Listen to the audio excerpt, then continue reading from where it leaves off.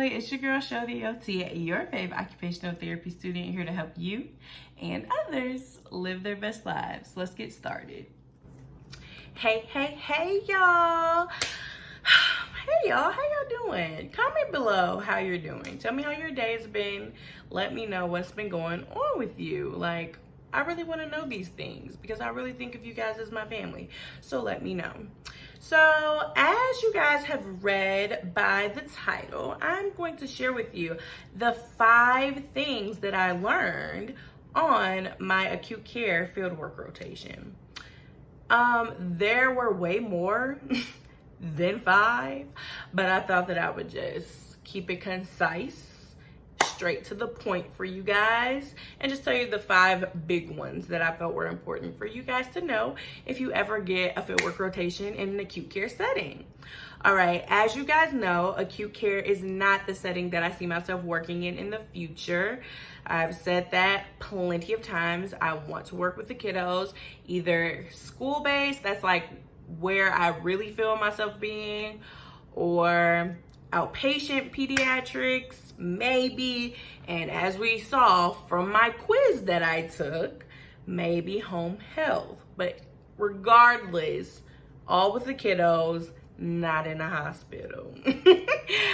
But regardless of how I feel, my acute care fieldwork rotation was amazing. I felt like I learned so much, and my clinical instructor was thebomb.com. Like, I loved working with her. I loved shadowing her. I loved observing her. I felt like I learned so much from her.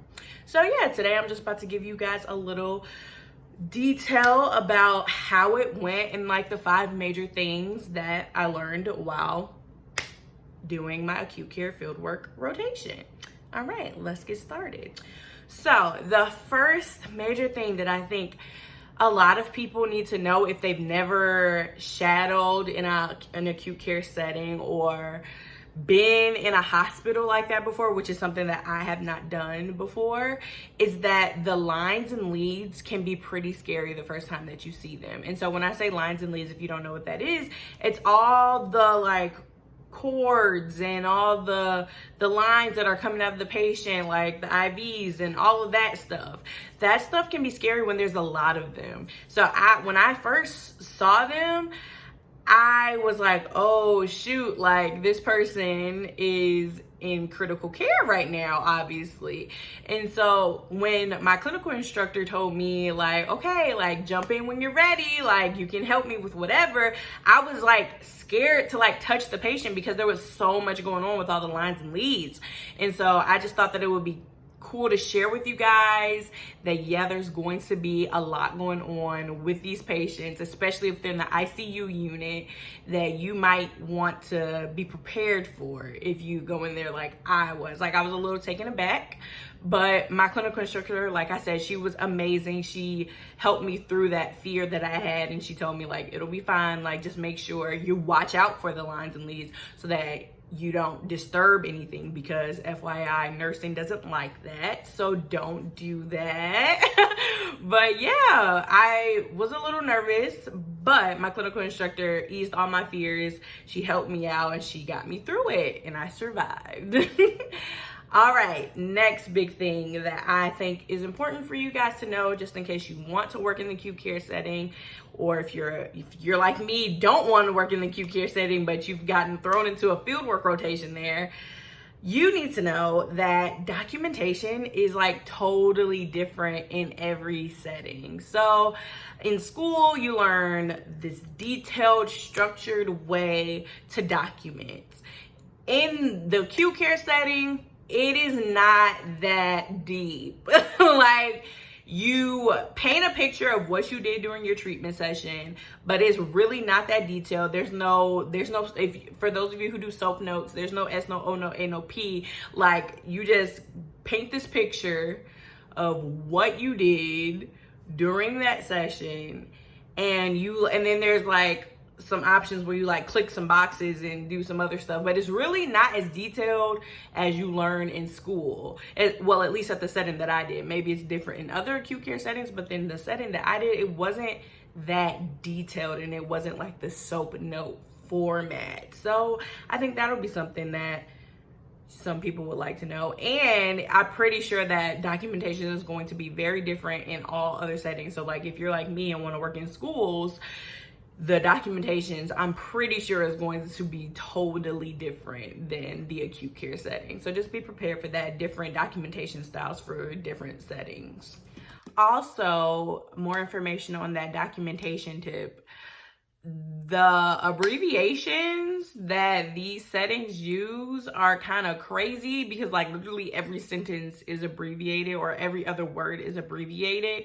So really brush up on those abbreviations or that medical terminology before you go on like an acute care fieldwork rotation, because there were a lot of things that I just was not aware of, and I had to keep asking my CI, like, what does this mean? Like, what is this? And so I'm not a person that's afraid to ask questions. Like, if I don't know stuff, I'm going to ask you, because I don't want to mess, like, these are people's lives in my hand. I need to make sure that I know what I'm doing.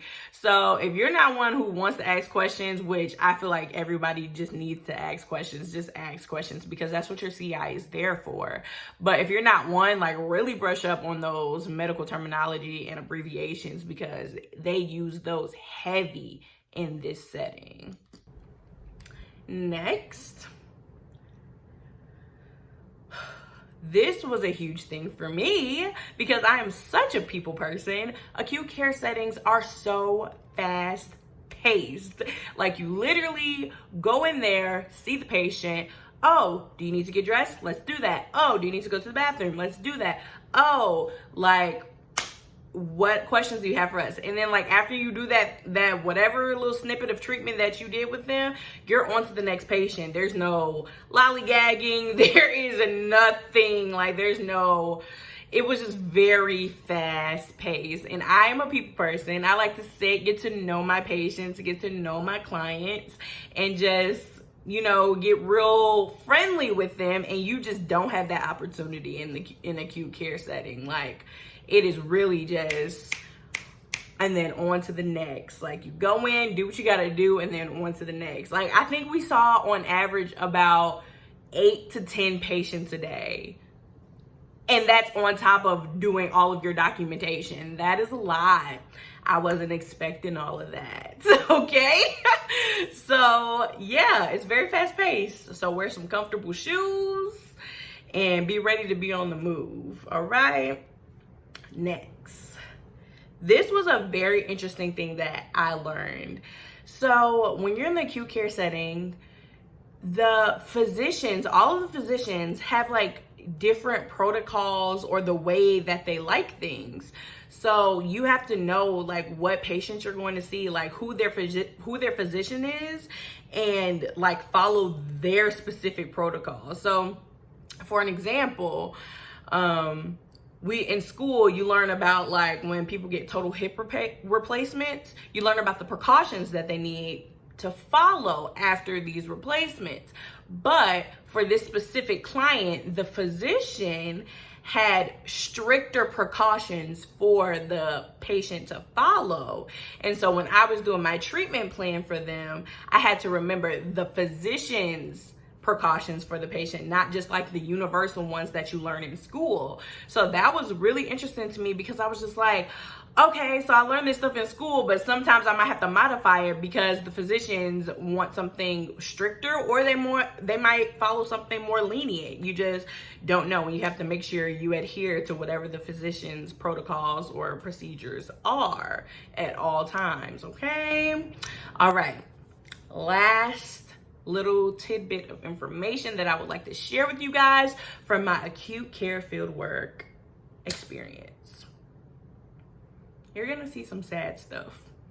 I saw some sad stuff. I am an emotional person.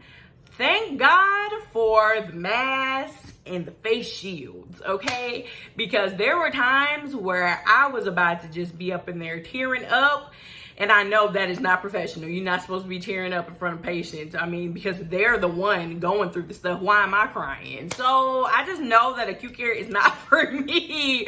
I know it's not for me because I was getting super emotional when I would see things. Like, it was very, very hard on my heart sometimes. There were people that were one day, you know, very independent and doing, sorry guys, I have my laptop here, so you probably just heard that, but there were people that were very independent and doing their own thing before they, you know, might have had a stroke. And then now they're totally dependent and not able to talk or not able to move or not even conscious. And like, you would see family come in and they would be totally broken up about that because they see that person as their mom, their dad, their sister, and they were a totally different person before they came to this hospital. And so that was super sad because I saw how much of a toll it took on family members when they saw their loved ones in such a critical state. And so me being the emotional person that I am, it was very, very hard sometimes to witness that. But, you know, I had to pull it together. Like I said, thank God for the mask and the face shields. But yeah, it was hard sometimes. Like, I really had to, and then sometimes I would come home and I would just have to do something for me to just collect myself and to be like, okay, you can do this, you can go back the next day, you can continue this field work rotation, because it was only for a week. And so I was like, you can do this, all right? But yeah, that's all I have for you guys for what I learned during my fieldwork experience. Like I said, I learned a lot more, but I just wanted to highlight the major things that I felt were important for people to know if they were like me, who haven't been in a hospital setting before, or don't plan to be in the hospital setting. If you just get thrown into a rotation that you might not prefer, but you know, you got to learn about it all. You want to be an OT, you got to learn about everything. So I hope you guys enjoyed this video. Please like, comment, subscribe, and share. Also, follow me on Instagram and follow me on Twitter at SHOtheOT. I'm trying so hard to get my name out there so people can learn about the world of occupational therapy. I just think it's so important for people to know what OT is and how it impacts and uplifts people's lives every day. So thank you so much for watching. I will see you guys in my next video. Bye.